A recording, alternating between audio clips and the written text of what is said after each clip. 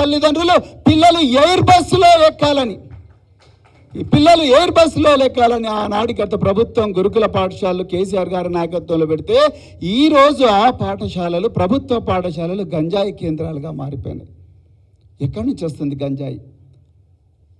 అదే గంజాయి తాగిన పిల్లలను కిడ్నాప్ చేసి కొంతమంది ముఠాలు అదే జగిత్యాల నుంచి హైదరాబాదు మహానగరానికి తరలించి ఆగర్భ శ్రీమంతులు చేసుకునే రేవ్ పార్టీలలోకి పిల్లలను తీసుకొస్తున్నారంట. ఇందుకోసమేనా మరి కాంగ్రెస్ ప్రభుత్వానికి మనం అధికారం ఇచ్చింది? ఒక్కసారి ఆలోచించండి. ఏమైందయ్యా రేవంత్ రెడ్డి గారు, మీరు అధికారం వచ్చిన మొదటి రోజునే మీరేం చెప్పిండ్రు? తెలంగాణను డ్రగ్ ఫ్రీ తెలంగాణ చేస్తామన్నారు. డ్రగ్ ఫ్రీ తెలంగాణ చేస్తామన్నారు. ఇవాళ అదే తెలంగాణలో అక్షరాలు నేర్వాల్సిన బిడ్డలు, పుస్తకాలు పట్టుకొని చదువుకోవాల్సిన పిల్లలు, వాళ్ళ భవిష్యత్తును మార్చుకోవాల్సిన బిడ్డలు ఇవాళ బ్రౌన్ షుగర్, గంజాయి, డ్రగ్స్తో మరి ఈరోజు మత్తులో కూరుకొని పోయి ఉన్నారు. ఎక్కడ పోయింది మీ డ్రగ్స్ ఫ్రీ తెలంగాణ? కేవలం మాటలకు మాత్రమే మీరు పరిమితమయ్యారు. ఇది తెలంగాణ. ఈ సందర్భంలో మనం తెలంగాణ భవన్లో ఈ సభ జరుపుకుంటా ఉన్నాం. మిత్రులారా, మీరు ఒక్కసారి ఆలోచించాలి. మిత్రులారా, బహుజనవాదం, తెలంగాణవాదం రెండు వేరు కాదు. ఈరోజు సోదరులు బల్క సుమన్ గారు చాలా చక్కగా సోదాహరణంగా తన జీవితాన్నే ఉదహరిస్తూ మరి ఆనంద్ గారు, మెతుగానంద్ గారు వారి జీవితాన్ని ఉదహరిస్తూ ఈరోజు చాలా చక్కగా చెప్పడం జరిగింది. మిత్రులారా, తెలంగాణ ఎందుకు వచ్చింది? తెలంగాణ ఉద్యమం తరతరాలుగా, దశాబ్దాలుగా తెలంగాణ ప్రాంతం అణచివేతకు గురైంది. తెలంగాణలో ఉండే సహజమైన అమాయకత్వాన్ని ఆసరగా తీసుకొని నాటి ఆంధ్ర ఆధిపత్య పాలకులు తెలంగాణకు రావాల్సిన నీళ్లు కానీ, నిధులు కానీ, నియామకాలు కానీ చేపట్టకుండా తెలంగాణ జీవనాన్ని మొత్తం శిథిలం చేసి తెలంగాణను వల్లకాడుగా చేస్తే ఆనాడు వచ్చింది తిరుగుబాటు ఉద్యమం, తెలంగాణ ఉద్యమం. అందువల్లనే తెలంగాణ ఈరోజు మరి టీఆర్ఎస్ పార్టీ నాయకత్వంలో, పెద్దలు గౌరవనీయులు కేసీఆర్ గారి నాయకత్వంలో మరొకసారి ఉద్యమం రూపుదిద్దుకొని ఈరోజు మనకు తెలంగాణ కళ సాకారం అయింది.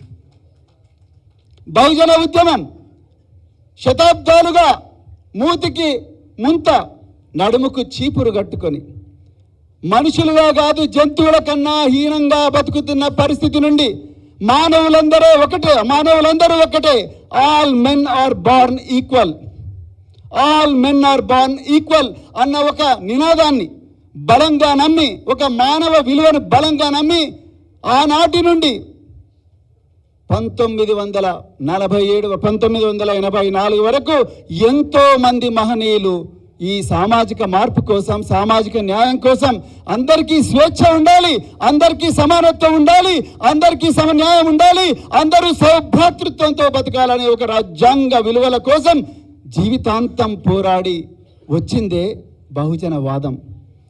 తెలంగాణ వాదంలో అణచివేతకు తిరుగుబాటు ఉంది, బహుజన వాదంలో కూడా అణచివేతకు తిరుగుబాటు ఉంది. అందుకొరకే నేను ముందట చెప్పిన కృష్ణా నది, తుంగభద్ర నది ఏ విధంగా కలుస్తాయో సంగమేశ్వరం దగ్గర, అదే విధంగా ప్రాణహిత గోదావరి ఏ విధంగా కాళేశ్వరం దగ్గర కలుస్తాయో బహుజన వాదం, తెలంగాణ వాదం కూడా ఆ విధంగా కలవాలి అన్న ఉద్దేశంతోనే మరి ఈరోజు ఇక్కడ మనం కూర్చున్నాం. మిత్రులారా, మన జెండాలు వేరు కావచ్చు, కానీ ఎజెండా ఒక్కటే. మిత్రులారా, ఎజెండా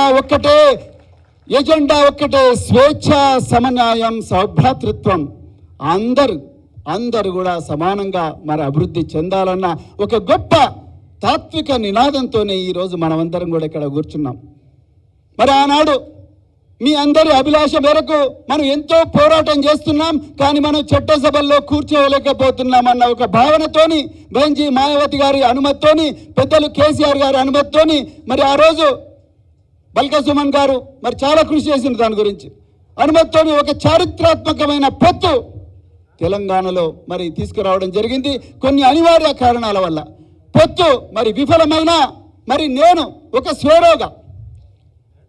స్వేరోగా నేను కేసీఆర్ గారికి ఇచ్చిన మాటను తప్పకుండా సార్, మాకు ఎంత ఇబ్బందులైనా కూడా బీజేపీ ఎన్ని కుట్రలు చేసినా, కాంగ్రెస్ ఎన్ని కుట్రలు చేసినా, నేను మాత్రం మీరు ఏ విధంగా అయితే తెలంగాణ కోసం పోరాడినరో ఆ విధంగా నేను కూడా మీతో పాటు వచ్చి నేను కూడా మళ్ళొక కొత్త తెలంగాణకు పునాది వేసే యజ్ఞంలో నేను కూడా భాగస్వామిని అవుతానన్నప్పుడు వారు చాలా సంతోషంగా మరి నన్ను ఆహ్వానించడం జరిగింది. మిత్రులారా, మిత్రులారా, ఈరోజు మన ముందు చాలా గొప్ప ఛాలెంజ్ ఉన్నది. దయచేసి గుర్తుపెట్టుకోండి, రాజ్యాంగం రద్దు కాబోతున్నది.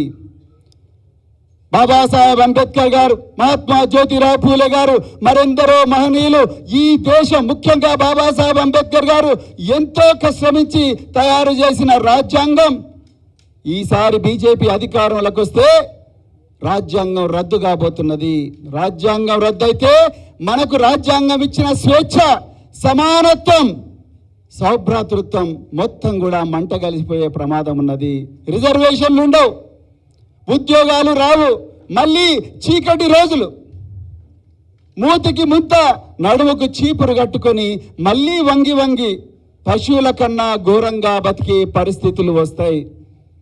అందుకొరకే మనం గ్రామీణ ప్రాంతాల్లో మరి కఠోరమైన సైనికులుగా మారి, భారత రాష్ట్ర సమితి సైనికులుగా మారి ఎక్కడంటే అక్కడ, ఎక్కడ వీలైతే అక్కడ పోయి మన రాజ్యాంగం ప్రమాదంలో ఉన్నది, మన రాష్ట్రం పోరాడి తెచ్చుకున్న తెలంగాణ రాష్ట్రం ప్రమాదంలో పడ్డది. బడేబాయ్ నరేంద్ర మోడీ గారు, చోటేబాయ్ రేవంత్ రెడ్డి గారు వీళ్ళిద్దరు కూడా ఒకటే తానులో ముక్కలే. అందుకొరకే వీళ్ళిద్దరి నుండి కూడా తెలంగాణ తల్లిని మళ్ళీ కాపాడవలసిన చారిత్రాత్మక బాధ్యత మన మీద ఉన్నదని ప్రతి ఒక్క కార్యకర్త కూడా ఒక సిపాయిలాగా మారి గ్రామీణ ప్రాంతాల్లో చెప్పాల్సిన అవసరం ఉన్నది. మిత్రులారా, ఆనాడు కాన్షీరామ్ గారు ఏమన్నారు? మనం ఆయుధాలు పట్టాల్సిన అవసరం లేదు, ఒక సామాజిక మార్పు కోసం ఆయుధాలు పట్టాల్సిన అవసరం లేదు. బాబాసాహెబ్ అంబేద్కర్ గారు తన రాజ్యాంగం ద్వారా మనకు ఓటు హక్కు అనే ఆయుధం ఇచ్చిండు. మిత్రులారా, ఒక్కసారి గుర్తుపెట్టుకోండి, ఓటు హక్కు అనే ఆయుధం ఇచ్చి ఆ ఓటు హక్కు ద్వారానే మన జీవితాలు మార్చుకోమన్నారు. ఈరోజు మనందరి ముందు కూడా ఒక చక్కటి ఎగ్జాంపుల్ ఉన్నది.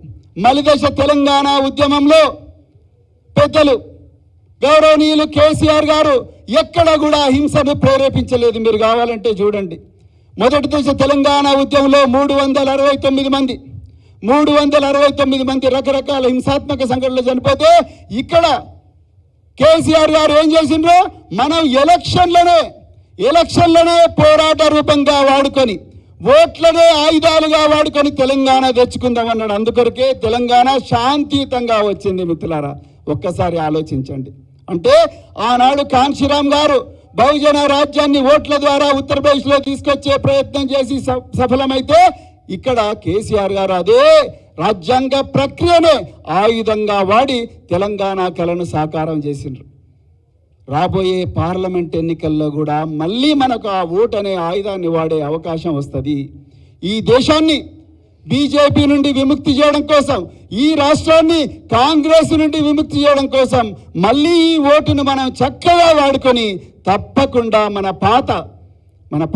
అంటే మనం ఏ రాజ్యాన్ని అయితే అమాయకత్వంతో కోల్పోయినామో ఒక 4 నెలల క్రితం, ఆ గొప్ప రాజ్యాన్ని మనం తెచ్చుకోవాల్సిన అవసరం ఉన్నది అనేది నేను మీ అందరికి కూడా మళ్ళొకసారి చెప్తా ఉన్నా. మిత్రులారా, అందుకొరకే దయచేసి ఈ రోజు నుంచి మీరు ఎక్కడ పోయినా కూడా మన రాష్ట్రానికి, మన దేశానికి ప్రమాదం ఉన్నది.